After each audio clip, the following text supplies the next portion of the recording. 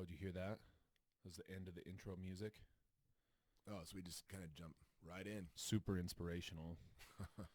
That was, I don't know what that tone was, but yeah, that was, Well, the last intro music, you let it play for a bit, got jamming out a little bit. Forgot I was listening to a podcast. yeah, some of those aren't bad, man. Like, Jazzy little tune, jazzy. a jazzy, not Oh, like jazz music. oh. Jazzy is Jazzine or jazzy? jazzy. Oh, Yeah, it's okay. jazzy. Like DJ Jazzy Jeff. Yeah, like that. Nice, nice. I like it. Well, how was your Thanksgiving, man? Low key. It was Yeah. nice. Yeah, dude. I had lasagna. Oh, dude, Wasn't yeah. turkey lasagna. It Good was for legit. you. Hell yeah. Good for you. Yeah, Yeah, I was thinking about this. Like, I mean, what's the rule saying you have to cook this dry ass bird on like any of these holidays? I thought it was a rule all up until this last Thanksgiving, and I ventured forth, ate some lasagna, and like, damn, I guess I didn't need to eat this dry ass bird. Yeah, was it like what just one of those like pre-developed store-bought lasagnas, or did you No make way. it from scratch? My uncle has like he makes it in like giant quantities. He like just to give you some because he freezes it and saves it Can't for later. imagine you have any Italian roots though. So Do I not look the part? You know, see my olive skin? yeah, okay, yeah. Uh, Yep, you look like a typical Guido. yeah. They call me Jeffredo. Dude, he like just to give you an idea of the quantity, 8 gallons of sauce for the lasagna. So Oh, that nice. kind of and it's amazing. It's like best lasagna I've had, but that's what we had. That's so like sauce is so crucial for Italian dishes. You know Makes what I it mean? breaks it. And I feel like like a lot of times when I have to order like pizza and stuff, I have to make sure I order extra sauce I like always every do. time because You do that too? oh, every Yeah. time, dude, because it's just like they're stingy with it, you know? Yeah. And I never and always like I love when you get like breadsticks and they give you those bitch ass marinara I know. cups. I'm like, Like 2 dips and it's empty. yeah, I was like, that is half of a breadstick of Yeah. sauce. Yeah. Like, I kind of dig Little Caesars, how they give you like a literal cup. Yeah, it's a cup. I like Little that. Caesars has it right. Yeah, they do. I mean, Why is it like why are they so stingy with it? It's like I don't know. I don't know. Yeah, it's Well, and I want like, there to be a pool of sauce when I'm done with my meal. Hell yeah. Yeah, and I was wondering because I thought like Italian food was just kind of lazy in its own little way because I was like, well, pasta is pasta is pasta. And I mean, really, what you're doing is changing the shapes of that pasta and then telling me it's different stuff. rigatoni. Like, yeah, spaghetti Yeah, yeah. and macaroni and rigatoni and tortellini, and they're all the same Just thing. different shaped noodles. However, my Ed, Ed, his mom was she half Italian, and his grandma was from Italy, like an immigrant from Italy. And he told me, or not he told me, she told me, his mom told me that the reason why they have like the whole power of the different names is that the noodles are designed to pick up the sauce differently. Sure, yeah. And so that's why they're different dishes. And I was like, oh, that makes sense. And then, of course, you do different sauces for all those. But yeah, more sauce. So I'm glad to hear you say that because it's always so funny to me when everybody tells me about their way of cooking a turkey. See, what I do first is I marinate it, and then I do a good rub. And I'm like, this is a ton of effort to make this horrible piece of poultry tolerable. That's really all you're going for is tolerability. My wife's not big on turkey either. Well, dude, I was like thinking to myself, I was like, yeah, well, you know what? If I inject it with like Creole butter and then I deep fry it, it's delicious. I'm like, That so's dude, everything. A raccoon turd would be good if you freaking Yeah, took it and yeah, injected it with Creole exactly. butter and deep fried it. Like, Yeah. I was like, I'm gonna get away from turkeys altogether because that was the other funny thing is, what Was that Tim? no. Oh, okay. No. The Creole butter is like, that's kind of a, when you're doing injectables, it's like, I even think that's the name of the company is Creole butter. Oh. Yeah. But but you just inject all the, everything and then go from there. I mean, I like, I don't know, when I was back in, starting like in my like undergrad, I lived with a guy that Adam was at, Adam, one of the coners of Alpha. He was at dinner with the other night, and he was making fun of me because he said, yeah, every Saturday that guy cooked a turkey. And I was like, so here's the reasons why. I was super poor, right? Just like every college kid was. And And you were a meathead. well, that, Well, but yeah. but do you know how cheap turkeys are? They're the No. cheapest thing on planet Earth. So like that's why I would every Oh. weekend I'd go buy a turkey. I couldn't afford anything, but I could afford turkey. And I'd cook it, and then after that I'd put all the pieces into just, Tupperware, and then I'd eat turkey sandwiches the whole week. And I did that for like 2 years, No wonder you hate it now. Well, no, that's not it. I love turkey sandwiches, but that's because they're drenched in mayonnaise. Yeah. Yeah. You're So, tasting the other stuff. but it's like everything. See, that's what I'm saying. Like that turkey. So when it was so funny this year when people were like, "Oh yeah, the supply chain problem and turkeys are up 20%." I was like, "Oh no, they're gone from $13 to $15. Whatever will we do?" Like That's true. They were talking about maybe just don't have turkey this time, which we didn't have turkey this time, and we broke the mold, and it was great. Well, but it wasn't because of the two extra dollars. Here's the thing, though. Like, there are meats, and like chicken's great, but there are meats on this planet that require no special attention other than fire, Elk. and they taste awesome, right? So, like, if I have to go through it's almost like when you have to dress up a beer, like a Blue Moon is Like an only orange good when slice you in put it. an orange slice in it, and a Corona is only good when you put a lime in it. Like Yeah. that should be good on its face, not have to add a bunch of 100%. Right. So if you have to do all these things to make this thing tolerable to put in your face, then is it really that good? Right. Because I can put a T-bone on the grill and cook it and no special attention whatsoever, and it's awesome every time. Yeah, as long as you cook it right, it's amazing. So I'm going to encourage our listeners to break away from that for the Christmas years. Just get away from thinking you have to cook a turkey and like Christmas, I'm going prime rib. I'm going to smoke it for 8 hours, Yep. and I have more investment. Oh man, Yeah. prime rib. So good. Yeah, dude. So good. Yeah. That's cool to hear that you got rid of lasagna, though. Yeah. Did you have to deal with any unruly family members or anything? No. No? Yeah. My uncle's he made himself a wine cellar. It's amazing. Oh, cool. Yeah. He's just kind of went and hung out down there, and yeah, no Big unruly wi- family Big members. wino? No need for trying to tamp down emotions around politics or anything else that kind of happens around the usual holiday. What are you talking about? There's no politics stuff going on. Yeah. Real placid cultural climate right now. Yeah. Well, that's kind of What about you? I mean, people well, firing it up around or does everybody in your family kind of see things the same? well, I hurt my back, so Oh yeah. I know, yeah. So and this was the day after I hurt my back. So I was just trying to focus on not being like, it only happens like I looked at the last time this happened was like 2 years ago. And just every now and then, and I know it's because I have horrible like technique when I'm bending down, I think the day, because I'm trying to put some weight on now with lifting, and so I was doing chest the day before. There was a lot of dumbbells, and you have to bend down to get those, and I just wasn't lifting with my legs. And so then the day after, I was doing a lower back row, and it just That's where it happened. well it was So I was it's just like a typical bent over row. no, not a bent over row. This was the one you sit down Oh. and then you're That hurt your back. so this is what's weird about it is it's most of the time a relatively innocuous like action on my end that causes it. So I'll just be like, for example, one time I was just sitting on the couch doing nothing, and then I felt a muscle spasm, and it like, dude, it feels like lightning is going through your back. It's so horrible. And then it's painful for at least 2 days, to the point where I got to get a back brace on, and then I can kind of take some of the pressure off of it, and then it just relieves itself. And then day 3 or 4, it's usually like, when you like overwork a muscle and it's just kind of achy. Yep. Feels like that. And then now is a full week and a day later, and I feel a little bit better. Damn.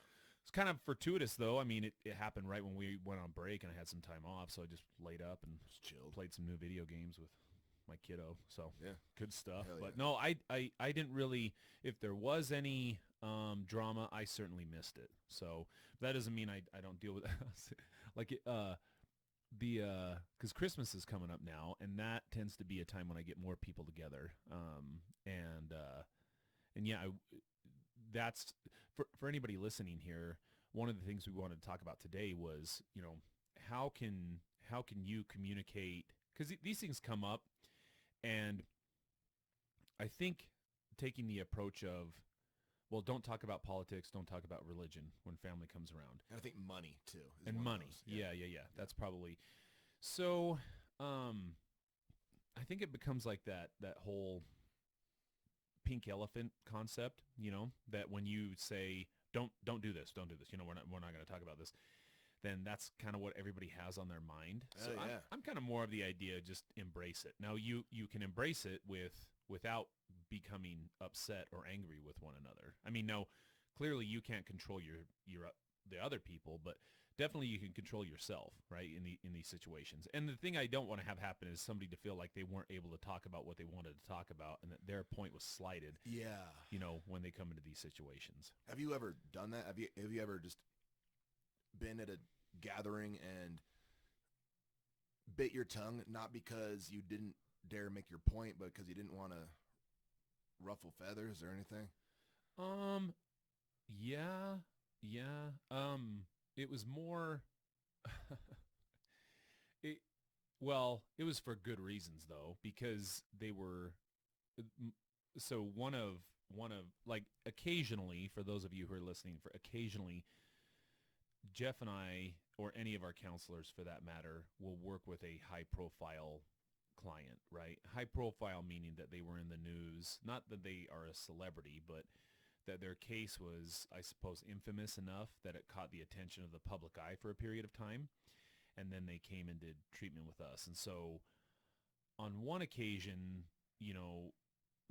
the a topic came up, and they were discussing like the case of a client that I was working with. And I was like, oh, I can't say anything about this, because I had privileged knowledge of the case, and I didn't want to share a lot. Now, I now I walked away from that feeling like I wish I had done something about it, at least said something about it, because the way that it was, I think that they were basing their opinions and everything off of a lack of information, whereas I've had more information from the client, and I got more full context of the story. And you can have an opinion on anybody's behaviors or activities one way or another, but you should have full context of the information so you can then make an informed decision. But I couldn't provide that, obviously, because I wasn't going to break confidentiality or anything like that. Right. So that's been a time when something like that came up. What about you?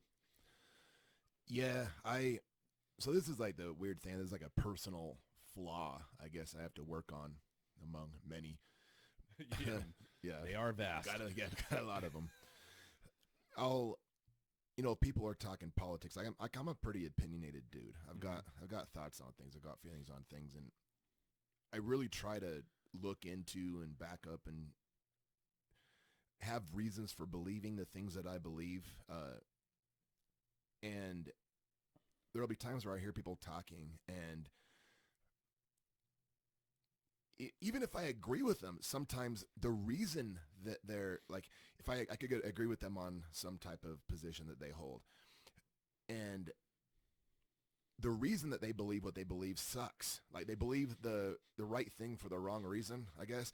Or people that I disagree with completely, and they're talking about just some mainstream media talking points or whatever.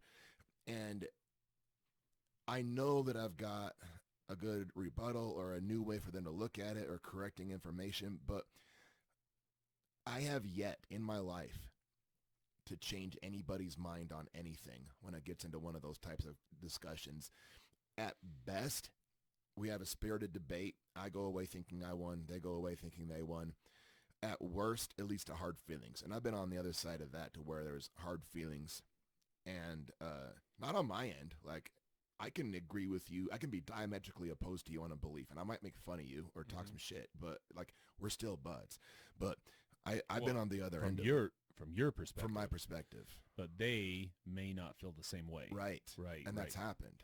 And, Well, and so I'll bite my tongue, mm-hmm. and I'll just like, I'll let things pass by. And then it's like, I feel like a coward for not saying what I believe. But then when I think further about it, it's like, more, it's not that I'm a coward. It's that maintaining the relationship is more important to me than proving my point. So I just shut up. Okay. So it's kind of like one of those, do you want to be right or do you want to be in a relationship? That's it. Type situations. Okay.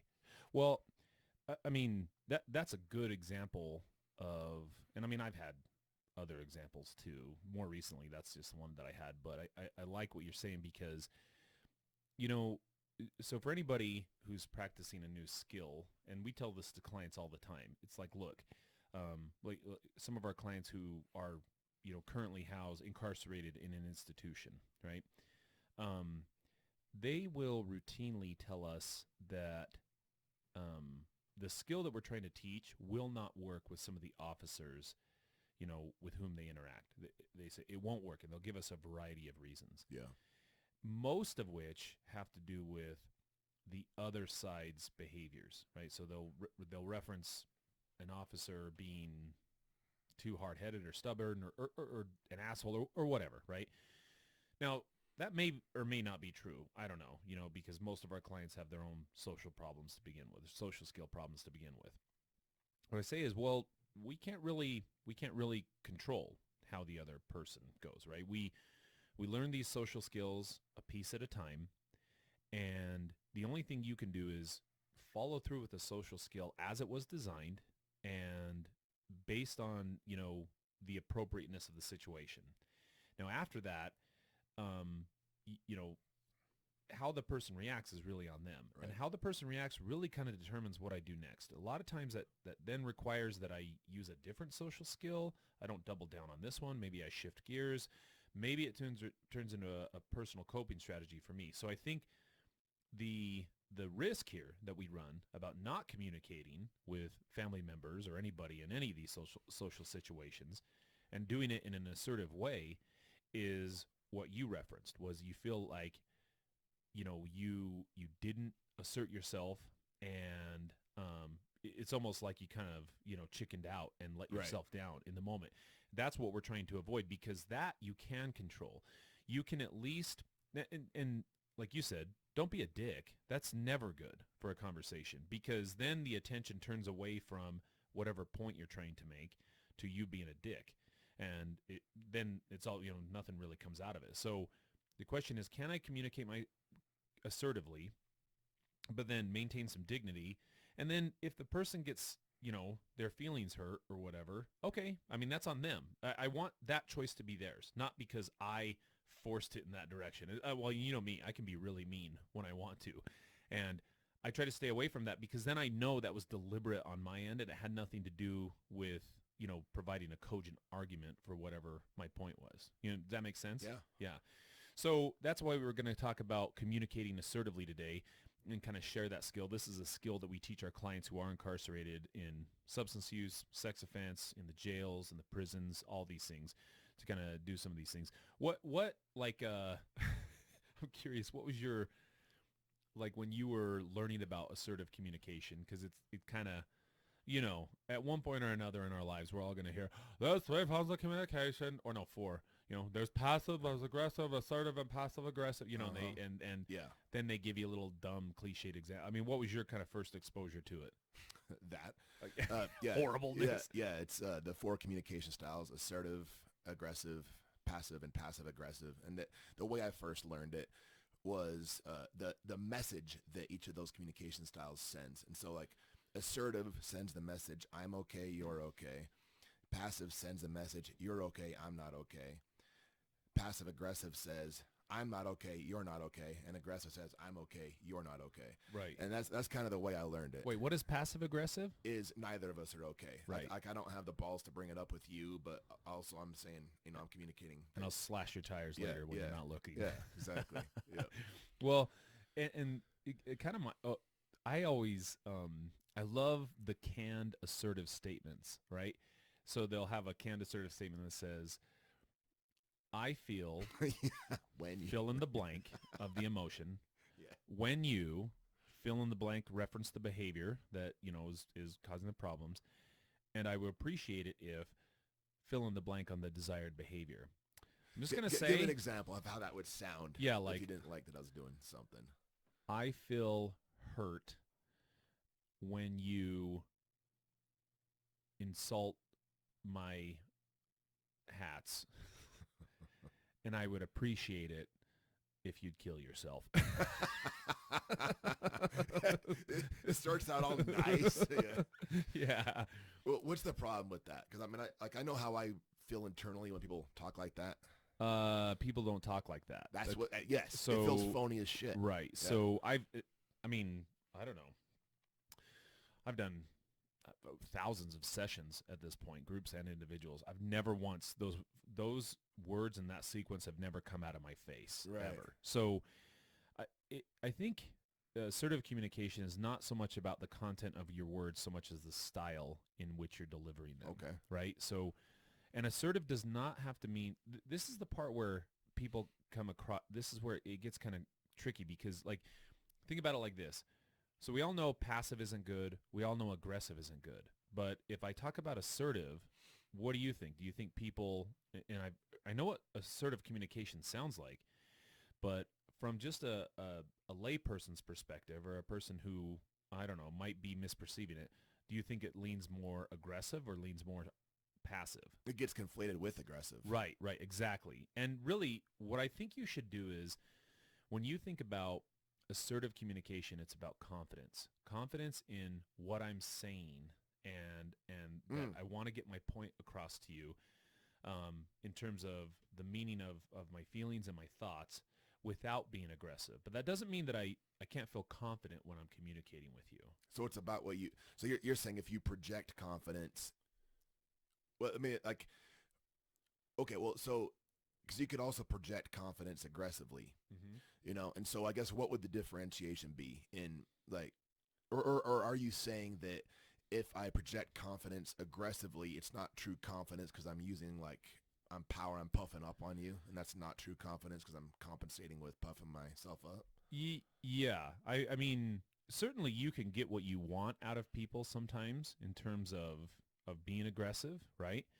But choosing to be aggressive versus choosing to be assertive, I mean, that's a choice. So my behavioral choice to now be this way may result in the outcome that I desire, but it doesn't do much in the way of building our interpersonal relationship. So assertive communication says, yeah, if I demonstrate confidence in not just the content of what I'm saying to you, but also in the way in which I'm delivering it, then again, now this, I always tell clients this too.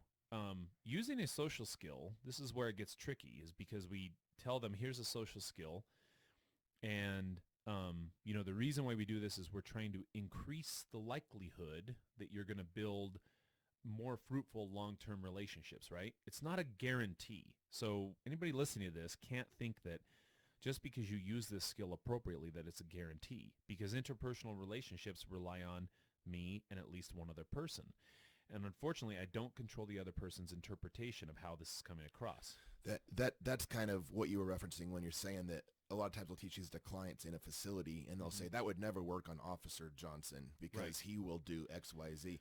What would you like? The way I say it to him is like, I just kind of come off that. Well, explain what you just did. That there's another person involved in this, but it boosts your chances. Sure, and I say certainly with that attitude, this is never going to work. So, in short, it's worth a shot.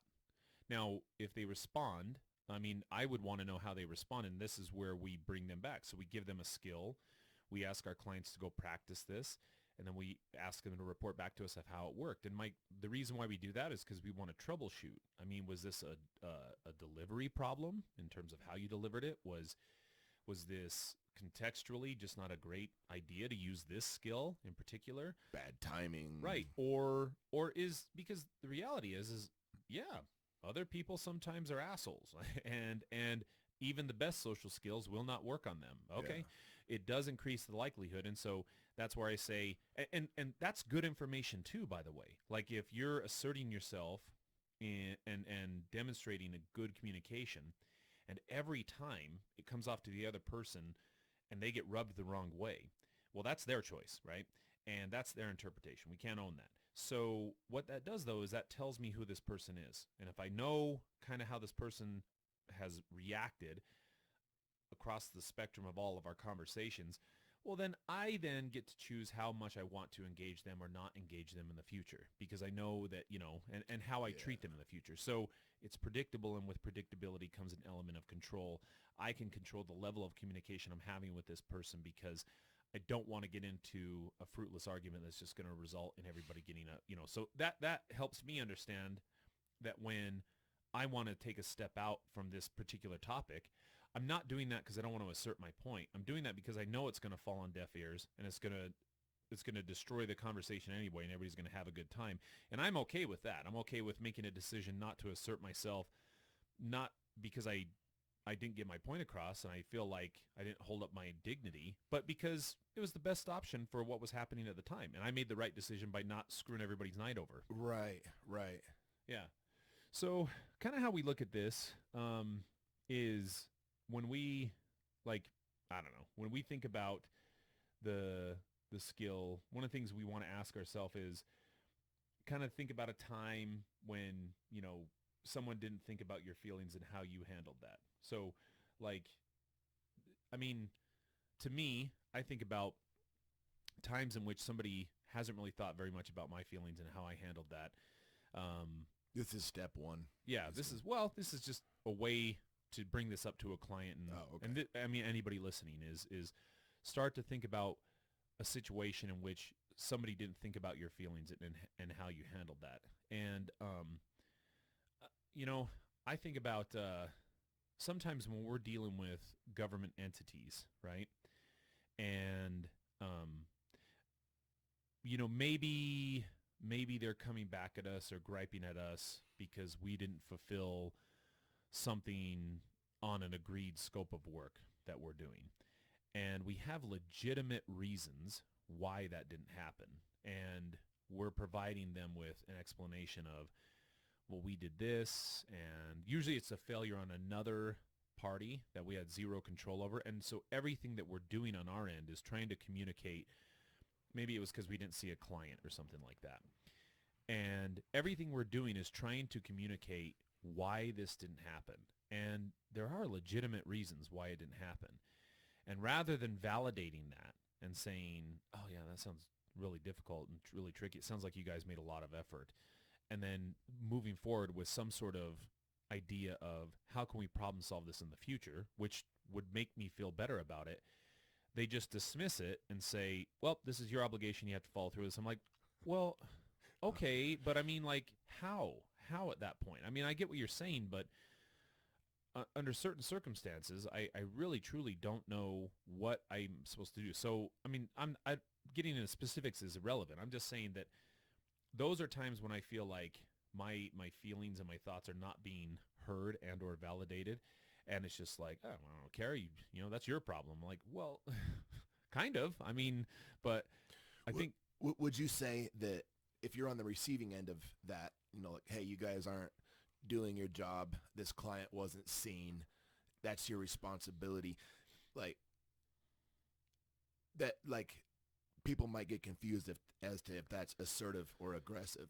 You're saying that without treating, like without both parties feeling like they're on an equal playing field as far as being able to like troubleshoot and problem solve, and that would be aggressive on their end, or would it, is that, or does it not matter what? I think it's almost just, well, I mean, I don't know if this is a style of communication, but it's just very dismissive, like we're not going to validate it. We're not going to acknowledge that you did make the efforts. It didn't happen, and so that's your fault. You know what I mean? And it's like, well, unfortunately, that's not entirely true.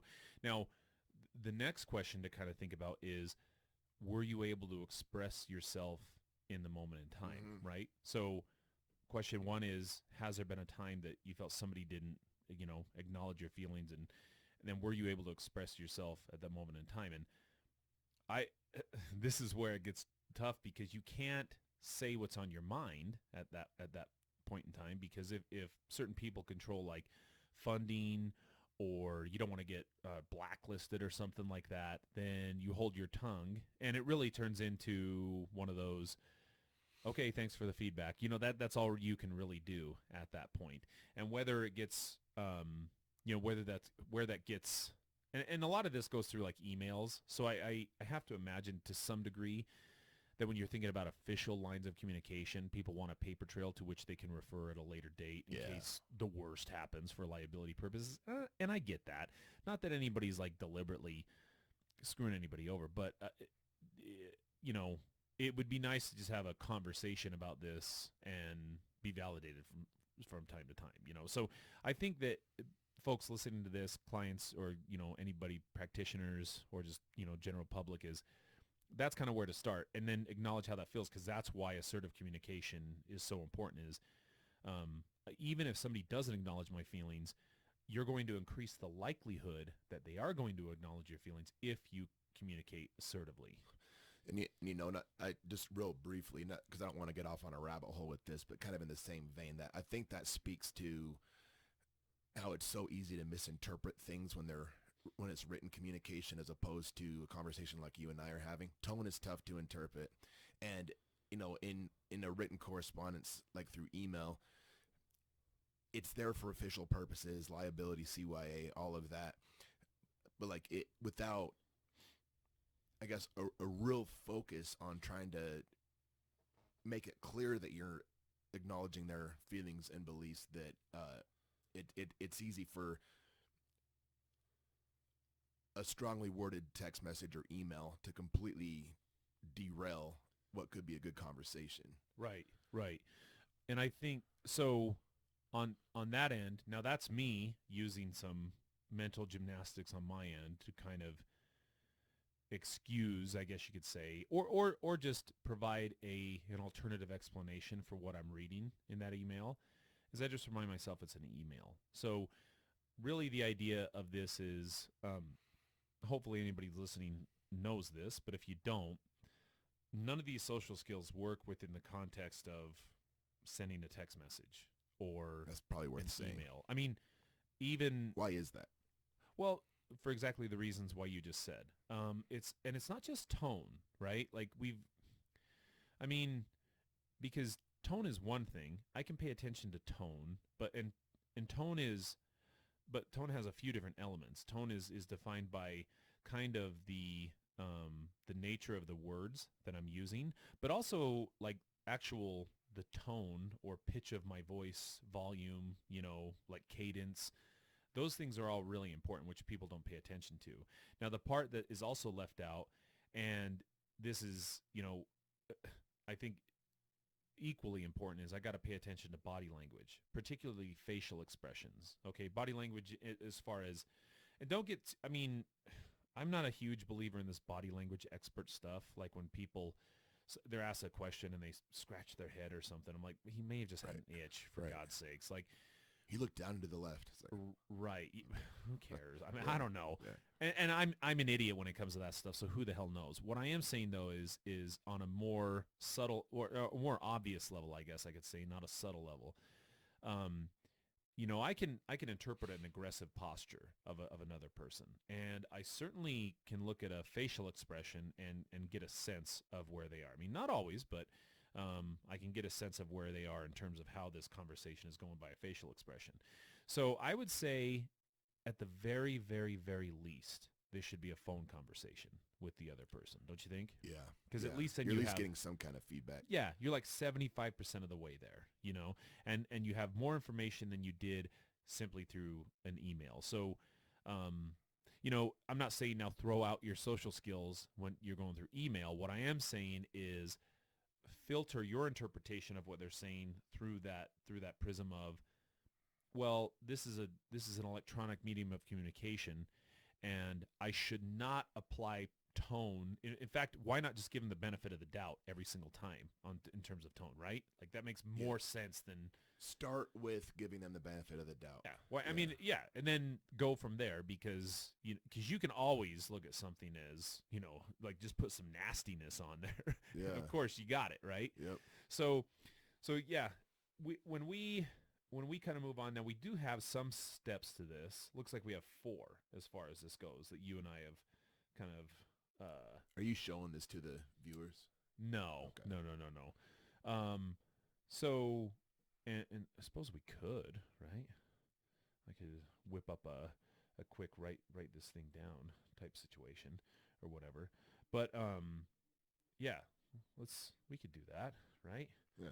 Let me pull this up. But can you think of a time when I don't know, recently when somebody hasn't really validated your feelings? I was expecting that question to come up, and I just have a hard time holding on to things. I can't probably off the top of my head. I can't really. Yo, no. Everybody Yeah. validates my Yeah, feelings everyone validates my all the feelings. time equally. That's yeah, okay. Yeah, legit. Just not able to come up with one. Yeah, I mean, that's the maybe I stole yours. That's why. And you didn't. I mean, yeah, that would have because it's an example. Yeah. Yeah, it definitely is. It definitely is something that I mean, I don't know. It's kind of hard to pay attention to sometimes when these things come up. Do we have the type of job Mm-hmm. though to where like we just can't take things personal doing Mm-hmm. what we do for a living. Forensic social work. We when we're meeting with clients that are court ordered to talk to us, that don't want to be there. A lot of them, at least at first. I mean, Oh, come on. They all want to be there. What are you talking yeah. about? Well, after a month with me, they love it. But Yeah. it, I don't know.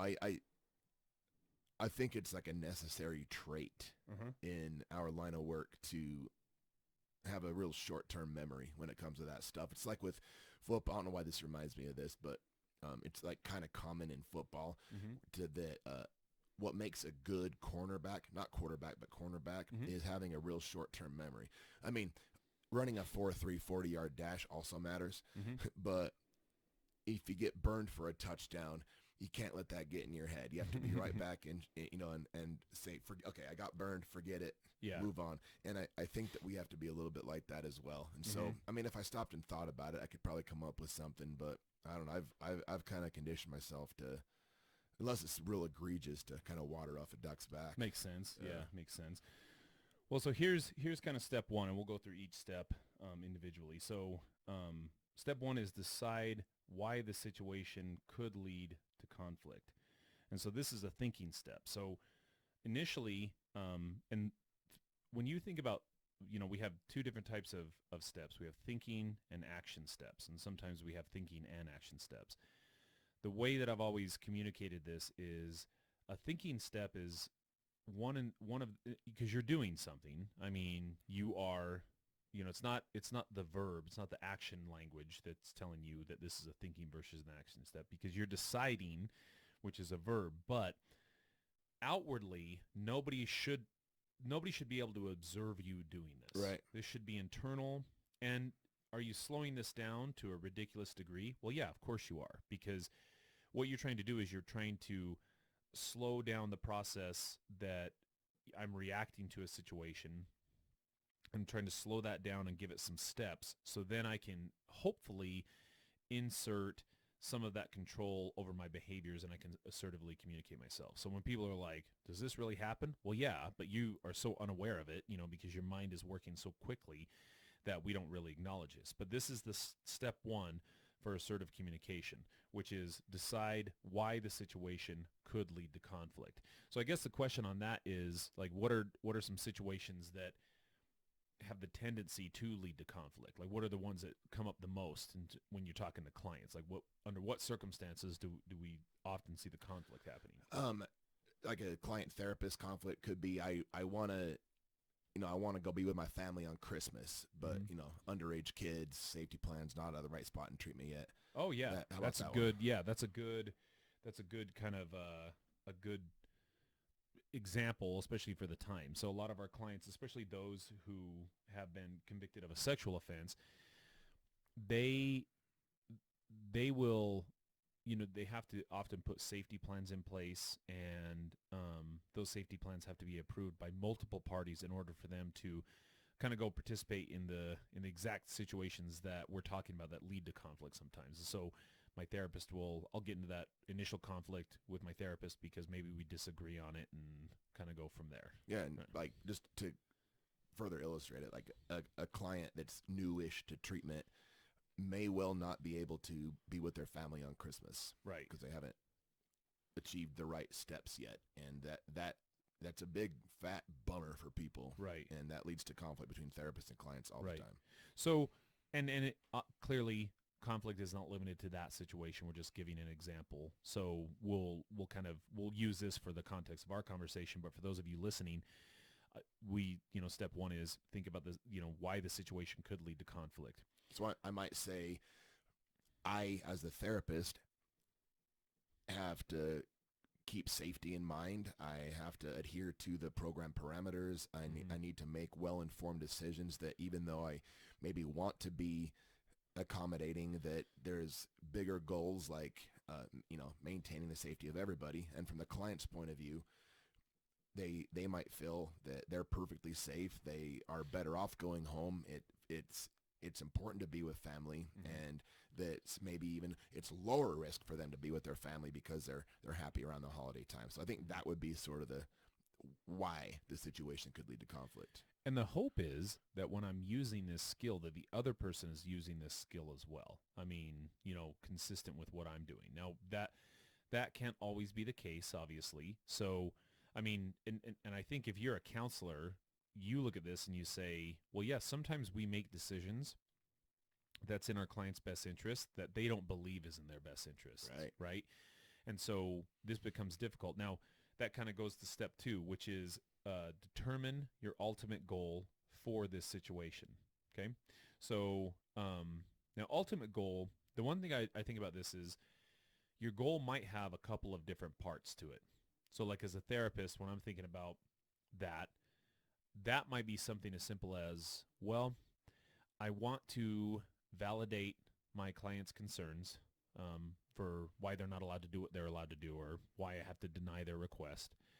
I want to make sure that my point is coming across, that where my decision is and what my recommendation is, but I also don't want to damage the relationship. So I have kind of like three different goals, all of which are positive in my opinion, but I need to kind of think about what's the type of communication that's most likely going to get me all three of those goals, because I can certainly do other things that could meet one, not the other two, and or anything like that. So as you're going through this, the one thing to do is to really think about what's your ultimate goal as far as these things go. I mean, am I missing anything as far as a therapist side of that? No. And I think that's, so the goals that you mentioned are good examples because it's not overtly obvious how to meet all three of those goals. As therapists, we have to thread the needle a bit in being able to find that the way to achieve that ultimate goal. And so because again, it's not overtly obvious. How do you simultaneously maintain rapport with the client, get them to understand where you're coming from, validate where they're coming from, but hold your ground? It's not easy, but the ultimate goal would be able to maintain their relationship and make sure the client is on board with following through on not going home for Christmas. Right. And I think if you're just in like a normal situation with like your family members too, the part that I like about that in terms of the goal is that you're also considering the other person's thoughts and feelings in the matter. Like we're concerned about how our communication style is going to come across on them because we want to maintain the relationship. Because this is what I mean, this is what I kind of tell clients a lot of the times is that, well, if this is a person with whom you don't really want a relationship, then why are you wasting your time? Move on, keep walking, right? Now, there's a matter of want to and there's a matter of have to, okay? And or maybe not, So like officers, for example, in a jail setting or a prison setting, my client can easily tell me, I don't want to have a relationship with that guy. I get it, but they control a lot of your day-to-day activity. And the small privileges that you have, and this could be in the community too, with say like a PO, or even with my counselor, some of the small privileges that I do have, or the permissions that I do, they are contingent about the quality of this relationship that I have with this other person. And so that moves it away. You should want to have a relationship with that person. Not that you guys are going to go to each other's weddings or anything like that, or each other's barbecues or whatever, but more so that I want to have a civil working relationship with this person because it benefits me. It benefits me in terms of getting the things that I want in life, and it's mutually beneficial for them because it helps not have closed lines of communication when the other person is trying to assess, how well I'm doing or my danger or anything like that. So that's kind of the thing is if this is some stranger off the street, you don't need social skills. Just keep walking. You don't need to use this relationship. This is for, again, trying to bolster or maintain social relationships that you feel are important or already exist and that you want to maintain for whatever reason. Okay. Just something to think about when you're working with this. Cause I was going to say, I've heard you call it preferred relationships versus important relationships. Yeah, yeah, exactly. I prefer to spend time with some people. And then there's people I don't prefer to spend time with, but it's really important that I have a relationship with them. Right. Especially in the case that you're talking about. It's in the client's best interest to consider me an important relationship, and it's Right. same on the inverse. Right, exactly. So that leads us to step 3. Step 3 is brainstorm what you could say that would help you reach your goal. And we have a kind of a unique way of looking at brainstorming. So like when we train other clinicians on this, the way we teach, like brainstorming, is it also useful to think about, I don't know, bad ideas when we brainstorm? Yeah. Why? Why is that? Well, in addition to making for an entertaining group when we teach it, Yeah.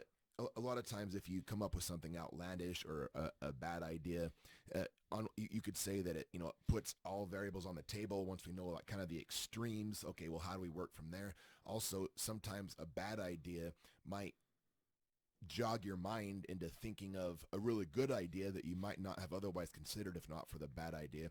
Like ultimately, by not censoring yourself on the ideas through which you brainstorm, you're allowing your brain to kind of step outside the box, so to speak, and to come up with a lot of variables. And then once we have a lot of variables, we can trim the fat and find the good ones. Right.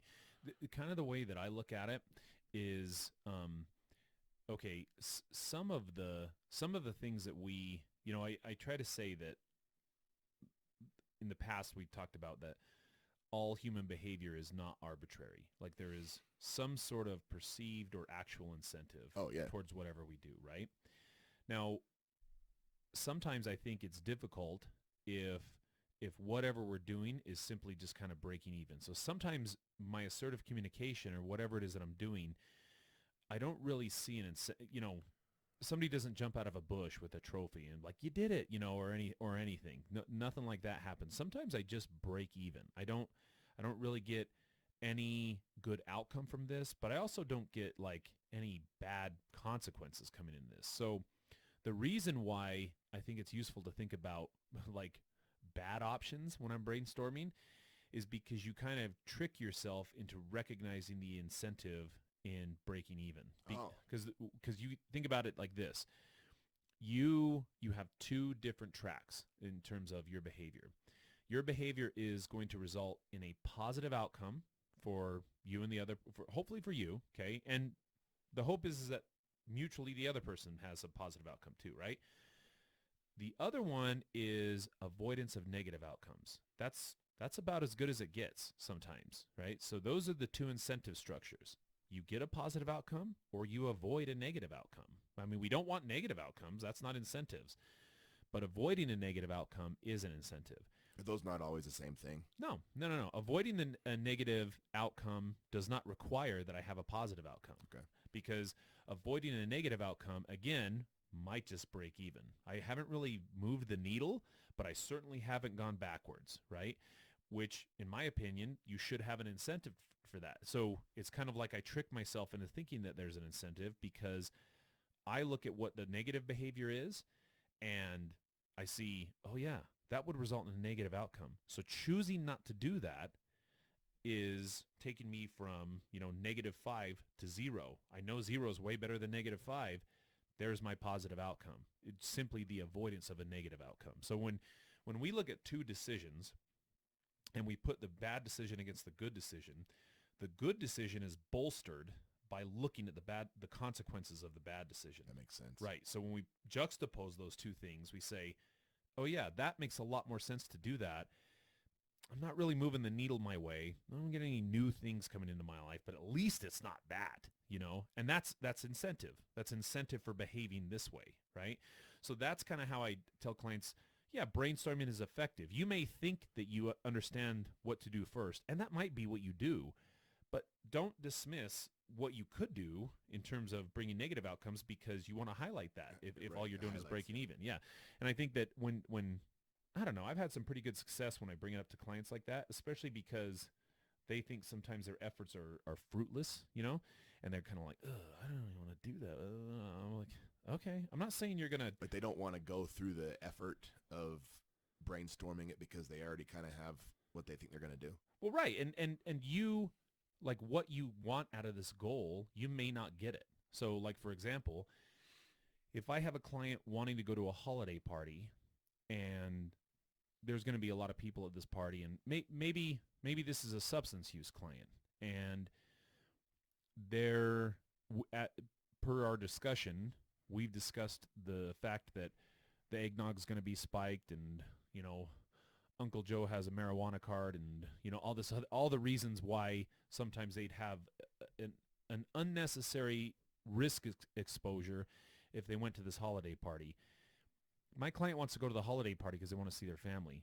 But at the very least, like, I could tell my therapist to F off, if I wanted to. And I look at that and I say, well, if I do that, I'm going to insult my therapist. I'm going to damage the relationship. On the other hand, if I just accept what they're saying and express how bad that sucks and process those feelings, I don't get what I want. I want to go to the holiday party, but damn, I don't ruin the relationship with my therapist. And that it's better than nothing. Right. That's kind of where that lands. So once that's all done, we get into step 4. And step 4 is choose the best way and express yourself. I feel upset when you don't let me go to the Christmas party. I would appreciate it if you'd reconsider. Exactly. Some nonsense like that. And look, what I would say is, can you just express yourself honestly? That's the most important thing. Not worrying about the I feel statements. Right. Yeah. It's irrelevant. I mean, I hate that magic like language that somehow use. I mean, like if you just somehow plug in I feel, it solves it. And then of course they find a hack for that because I feel you're an asshole. Yeah, well, yeah. like, it's like Yeah, exactly. Well, now you're starting over and you're like, so only I feel statements in this group. And I'm like, yeah, that can be hacked immediately. Just stay away from those things. Like the whole point is, can this person express themselves honestly? Now, maybe that they use some colorful language, okay? And as a therapist, like you said, I have to have some thick skin associated with that. And we can talk about the use of language for future relationships when I'm working with somebody. But at that point, I don't really care. What I'm looking for is genuine expression of emotion. That's it. That's all I want, and not an aggressive matter, non-threatening, just like, so that's really kind of what that boils down to in terms of the benefit for our clients is really going through that and expressing yourself. So I don't know. It just seems to me that this is not an opportunity to get caught up in like, I don't know, naughty words, like, Right. it's just, Right. because somebody could be genuine and non-aggressive and still use the F word. Unfortunately, it's doable, totally doable, So I don't know. I mean, therapists always, I was asking my students about this, and we had a conversation about this the other day about swearing in groups, and somebody brought that up. And of course, you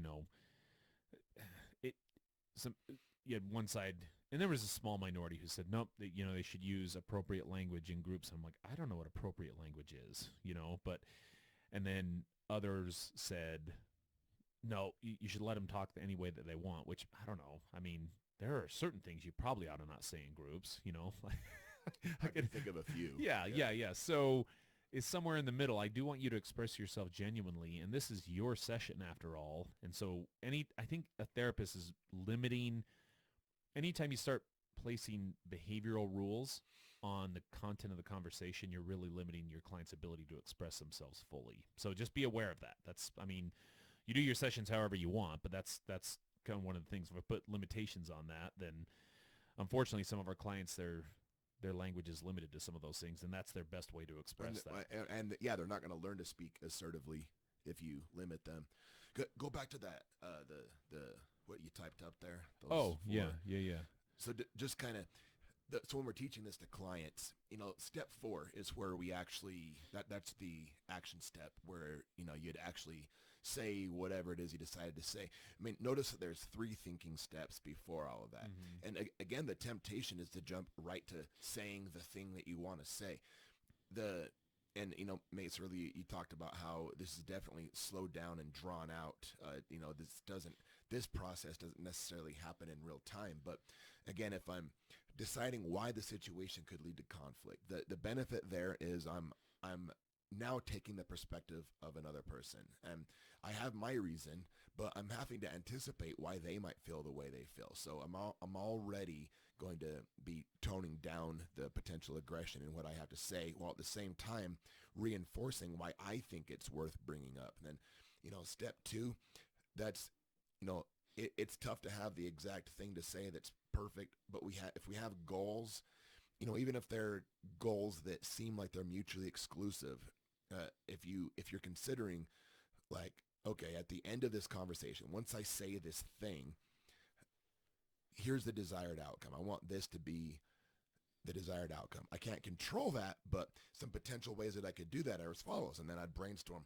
I could do this, moderate thing. I could do this moderate thing. I could do this crazy ass horrible thing. You know what? Yeah, maybe I'll just do the moderate thing here. And then that's finally, once I've thought through all that, I've weighed my options, then finally I'll open my big fat mouth and then I'll speak.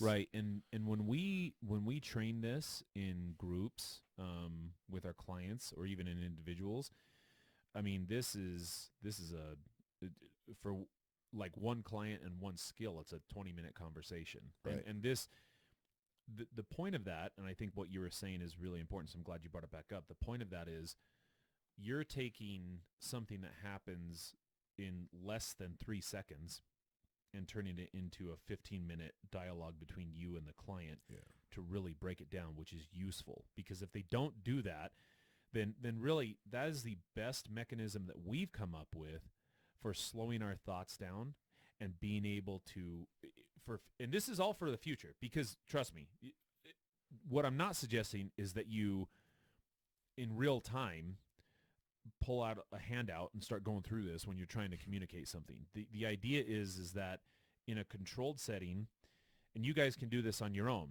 like listeners, you can do this on your own if you want. Those steps are readily available, and you can practice this just by thinking about those situations. And sometimes you can look for previous situations. Most of the time, we look at situations that are about to happen that we know we have to use assertive communication, like holiday parties, and we say, okay, practices and play it out in your head how it's going to go, almost like athletes do when they're trying to play out how a play is going to go, right? And then that's the best, and then practice it, slow it down, think it all the way through, and you are increasing the chance and the probability that you're going to use the skill in real time when that situation comes up. And without that, then there's no better way to do it than that. So that's just one thing that we kind of, I don't know, I think is useful for our clients. So I hope that's helpful for you guys, because definitely, as these things come up in the future, I'd like to hear if there was if anybody tried this skill. I task any of our listeners to do this. Try the skill, particularly if they have a difficult family member, with whom they're going to be spending some time during either Christmas or New Year's or whenever, and then tell us how it went, because maybe we could share any Sure. interesting messages that we get from you guys. Right. And we will do the same thing, because then that, I think, will help us deconstruct it. And that's what we do with clients. We troubleshoot, we wash, rinse, repeat. And then, sometimes we will just conclude, maybe that wasn't the best skill for that moment. And then we kind of go from there. Right. So, okay. Well, folks, that's everything we have on assertive communication. Want to say anything else? Nope, that's it. That's it? Okay. All right. Well, I guess until next time, when are we recording our next one? Don't we have a guest coming up here soon?